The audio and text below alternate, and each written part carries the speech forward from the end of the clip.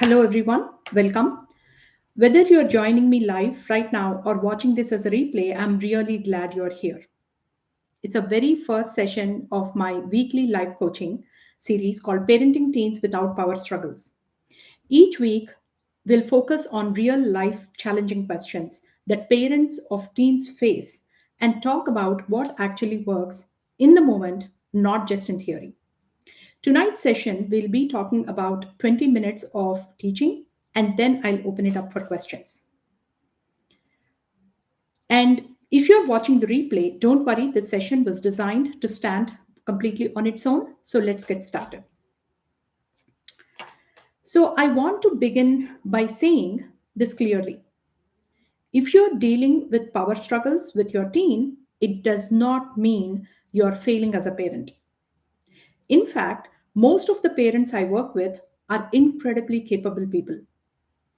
They are high achieving, they are decisive at work, they're respectable leaders, and they know how to problem solve, stay composed, handle $1 million projects, and think logically under pressure. But parenting teens hits a completely different nerve. With our kids, the stakes feel personal, their mistakes feel like a responsibility, and their future feels like it's online. It's like, what if I do this? What if I make this mistake and their future is impacted? The colleges they go to is impacted. Their high school grades are impacted. So the same tools that work everywhere else, logic, reasoning, strategizing, explaining, persuading, suddenly stop working. I have been there, done that. And trust me, this is the very, very common thing that many parents go through, right? Now, and that's often when parents start thinking, why isn't this working? What am I doing wrong? And why is everything a fight? Why does everything have to be an argument? My husband always says, why does everything have to be an argument with our kids? So nothing is wrong with you. It's just you're being a parent. That's all. You're just using the wrong tool for a nervous system that's under threat. Now let's talk about what is the number one reason power struggles happen. Power struggles happen when parents try to control behavior instead of influence behavior. That's it. It's control versus influence. And why does it matter? The moment your teen feels controlled, told what to do, lectured, pressured, reasoned with, their nervous system shifts into defensive mode. And when they go into defensive mode, at that point, the issue is no longer about homework, screen time, curfew, tone, chores, nothing matters. Now it becomes about their autonomy, right? And here is the line I want you to remember. You cannot reason with a kid that feels controlled. When a teen feels controlled, their brain is no longer available for logic. It is in protection mode. So when parents respond by explaining more, arguing harder, escalating consequences, the resistance increases. Not because the teen is defiant, but because their nervous system is reacting to threat. That's how power struggles are born. So let's talk more about control versus influence. And here is the big reframe, right? There is a difference between control and influence. What does control focus on? Outcomes. It sounds like you need to understand this. I have explained this so many times. Why doesn't it get into your head? I thought you were smart. Why can't you just do what I'm asking you to do? Control often works in short term. Maybe sometimes, oftentimes, even that does not work. But it damages connection in the long term. Influence, on the other hand, focuses on relationship and regulation first. It definitely takes more time, but it's totally worth it. And it's a long-term thing, right? And there is a huge misconception that does it mean that I'm being permissive? I'm permitting whatever they are doing. No, it does not mean that. And it does not mean there are no boundaries.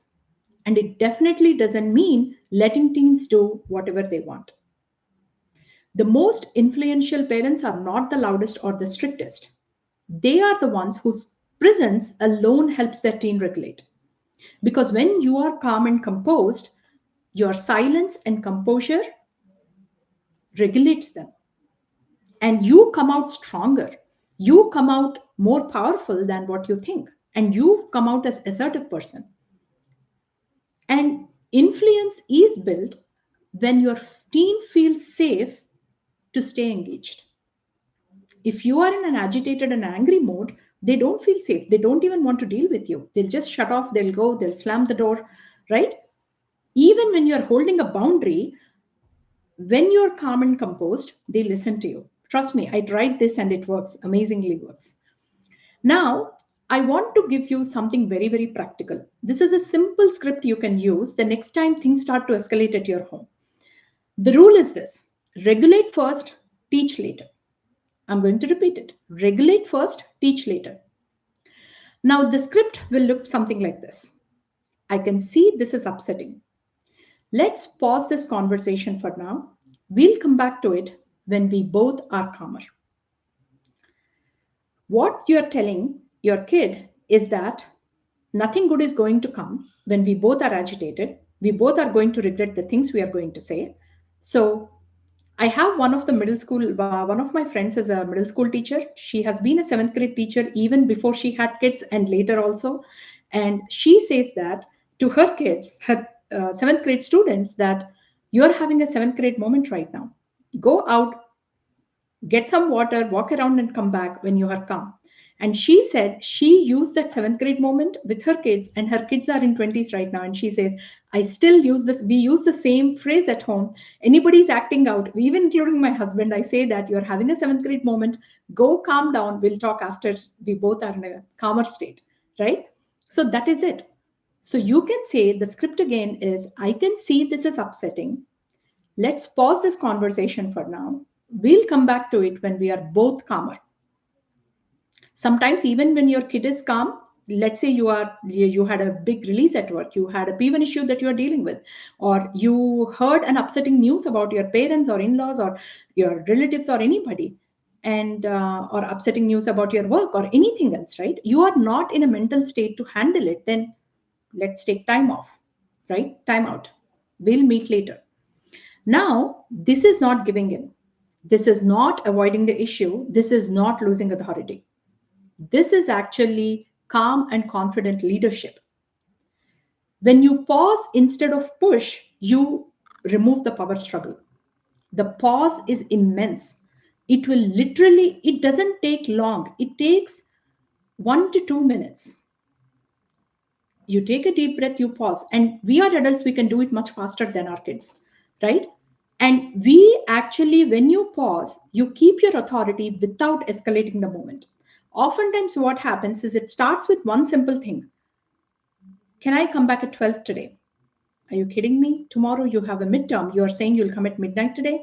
But today is my best friend's birthday. I understand. So, do you see how, like, are you kidding me? You're going to come at 12 on a weeknight, and tomorrow you have a midterm.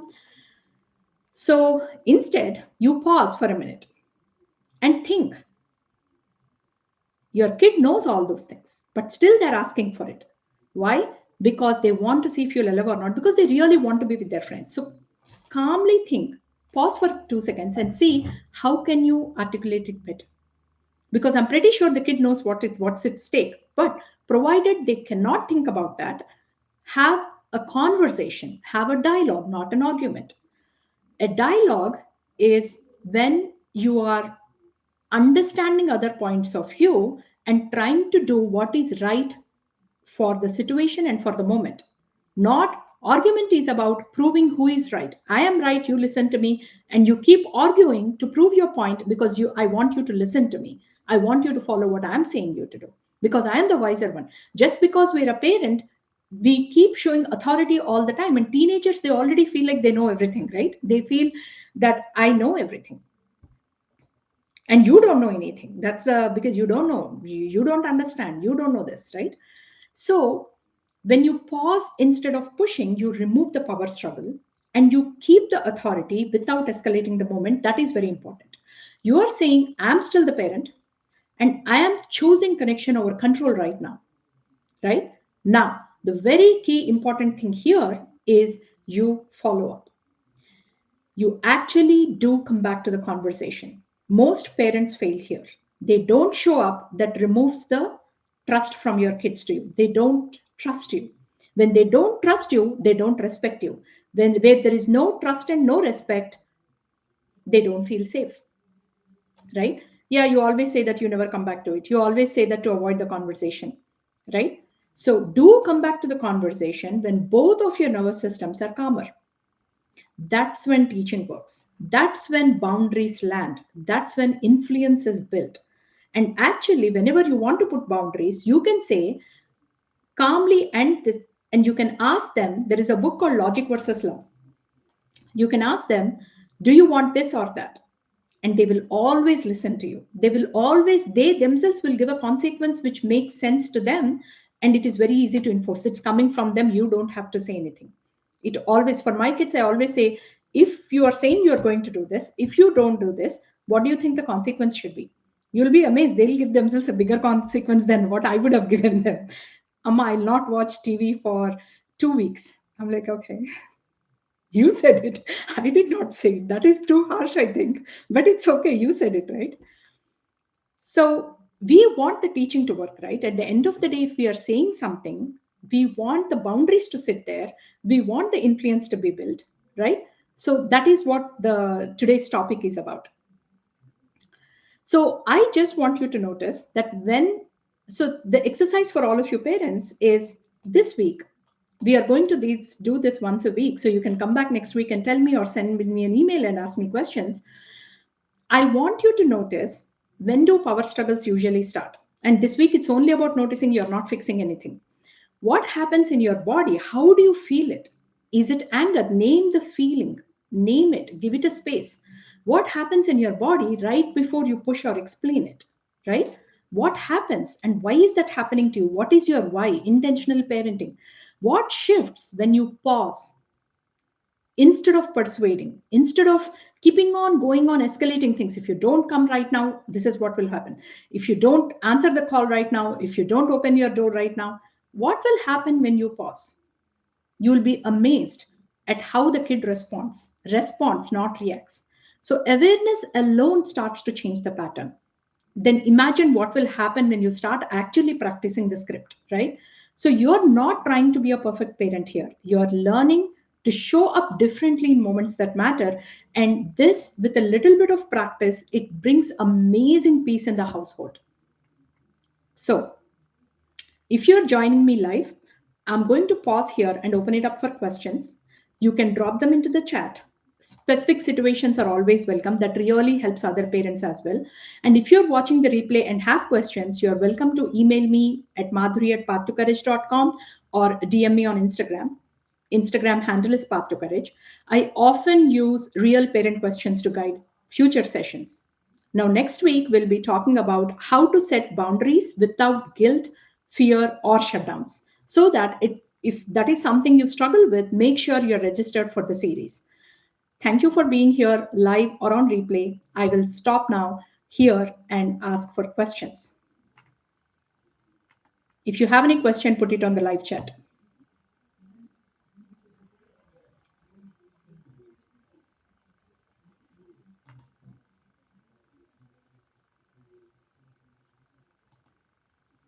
Anybody have any questions?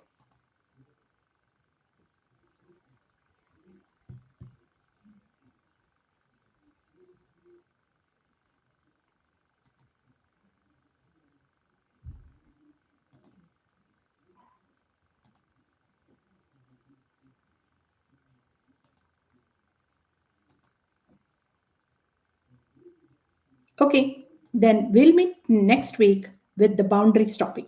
Thank you.